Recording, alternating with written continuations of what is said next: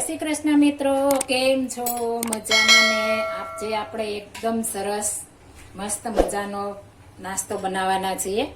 તમે સાબુદાણા વડા ઘણી રીતના બનાવ્યા હશે, પણ તમે જો આ રીતના બનાવશો તો તમારા ઘરમાં ખ્યાલ પણ નહીં આવે કે સાબુદાણાના આપણે નાસ્તો બનાવ્યો છે. તેટલો મસ્ત બને છે, એકદમ સરસ અને હેલ્થી. આપણે રનિંગમાં પણ ખાઈ શકીએ અને વ્રત ઉપવાસમાં પણ ખાઈ શકીએ તેવો આપણે વેજીટેબલ નાખીને બનાવીશું. આપણે વ્રત માટે મારે કરવાના છે એટલે મેં વધારે વેજીટેબલ નથી નાખ્યા.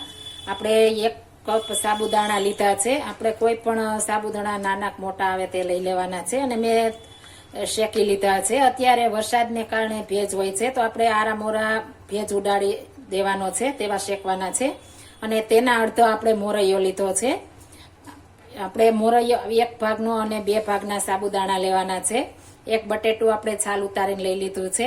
તલ અને ધાણાભાજી આપણે ફૂલ નાખવાના છે. ધાણાભાજી, તીખું મરચું, લીંબુ, આદુની આપણે આ રીતના કટકી કરવાની છે. આ ખમણીને નહીં, પેસ્ટ પણ નહીં, આ રીતના કરશું એટલે એકદમ મસ્ત બનશે. અને પેપ્સિકમ લીધું છે. સિંગ દાણાનો ભૂકો લીધો છે. 15 થી 20 આપણે મરી દાણા પાવડર કરીને લઈ લીધો છે, અજગજરો. આપણે હવે આ બંને પેલા ક્રશ કરી લેશું. આપણે એકદમ ફાઇન નથી દળવાનું, દરદરો આપણે દળીશું એટલે એકદમ મસ્ત આપણે થશે. આ મોરૈયો પણ નાખી દેશું અને આને આપણે દરદરો દળી લેશું. આપણે સરસ કરી લીધો છે. આ રીતના આપણે દરદરો થવા દેવાનો છે, વધારે જાડો પણ નહીં ને એકદમ ફાઇન પણ નહીં. હવે આને આપણે જે બાઉલમાં મિક્સ કરવા હોય તેમાં નાખી દેશું. બધા નાખી દેશું.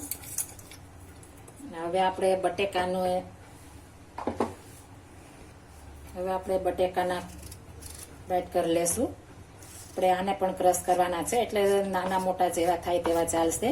આ રીતના આપણે સરસ કટિંગ કરી લેશું અને એકદમ સરસ આને આપણે ફાઇન દળવાનું છે, પેસ્ટ બનાવીએ તેવું. આપણે સરસ સુધારાઈ ગયા છે. હવે મારી પાસે ખાટું દહીં નહોતું એટલે હું ખાટી છાશ નાખું છું. જો તમારી પાસે ખાટું દહીં હોય તો તમે ખાટું દહીં નાખી શકો છો. હવે આની એકદમ સ્મૂથ આપણે પેસ્ટ બનાવી લેવાની છે. આપણે સરસ પેસ્ટ તૈયાર થઈ ગઈ છે. આ રીતના આપણે પેસ્ટ કરવાની છે. ત્યારબાદ આપણે જે સાબુદાણાને મોરૈયો ક્રશ કર્યો છે તેમાં મિશ્રણ નાખી દેવાનું છે. ત્યારબાદ આપણે પહેલા મિક્સ કરી લેશું. ત્યારબાદ આપણે પાણી નાખવાનું છે.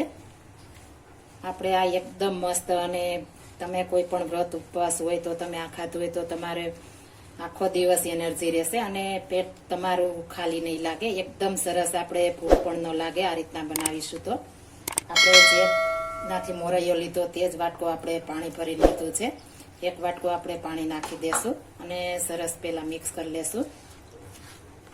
આપણે આ રીતના તૈયાર કરવાનું છે. હવે આને આપણે 5 મિનિટ ઢાંકીને રહેવા દેશું એટલે આપણે સાબુદાણા અને મોરૈયો બંને ફૂલી જાય.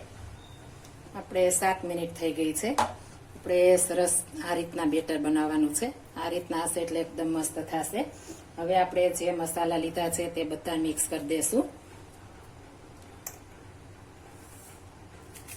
આ રીતના બનાવશો તો તમારા ઘરમાં ન ખાતા હોય તે પણ ખાશે, તેટલા મસ્ત બને છે.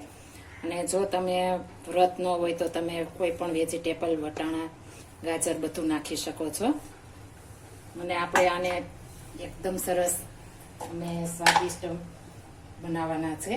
તો આપણે વ્રત માટે કરવા છે એટલે આપણે સિંધાલી નાખીશું સ્વાદ પ્રમાણે અને આપણે સરસ હાથ વડે મિક્સ કરી દેશું.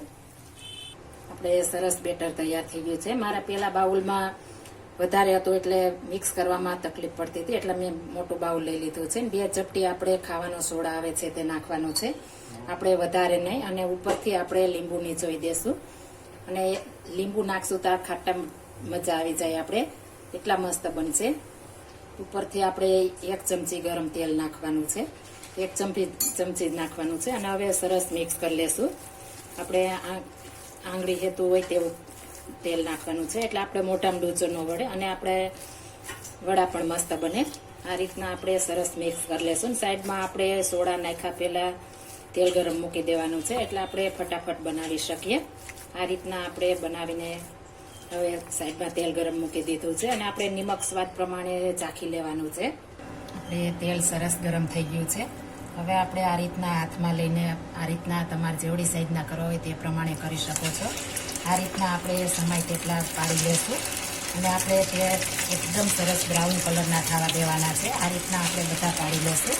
આપણે આ રીતના એકદમ સરસ બ્રાઉન કલર થવા દેવાના છે એટલે આપણે ઉપરથી ક્રિસ્પી અને અંદરથી એકદમ સોફ્ટ બનશે. આપણે એકદમ સરસ આપણે તૈયાર થઈ ગયા છે. હવે તમે જોઈ શકો, સાંભળી શકો છો, એકદમ ઉપરથી ક્રિસ્પી અને અંદરથી એકદમ સોફ્ટ બન્યા છે. તમે પણ પેટીસ પણ ભૂલી જશો તેટલા મસ્ત આ વડા બને છે. આ રીતના આપણે બધા પાડી લેશું. આપણે એકદમ સરસ અને ઓછા તેલમાં અને આપણે જરા પણ તેલ ન રહે તેવા આપણે મસ્ત મજાના વડા તૈયાર થઈ ગયા છે ને એકદમ જાળીદાર અને ખાવાની પણ મજા પડી જાય. અને આપણે આ રીતના ખાતા હોય તો આખો દિવસ એનર્જી રહે છે. અને હું આ આંબલીની ખાટી મીઠી ચટણી સાથે સર્વ કરવાની છું. તમે ગ્રીન ચટણી સાથે પણ સર્વ કરી શકો, દહીં સાથે પણ કરી શકો, પણ આપણે આ એકદમ મસ્ત આંબલીની ખાટી મીઠી ચટણી સાથે મજા પડી જાય છે. જો આ મારી રેસીપી પસંદ આવી હોય તો મારી ચેનલ લાઈક, શેર અને સબસ્ક્રાઇબ કરી દેજો. ફરી મળીશું નવી રેસીપી લઈને. જય Shri Krishna. Thank you for watching guys.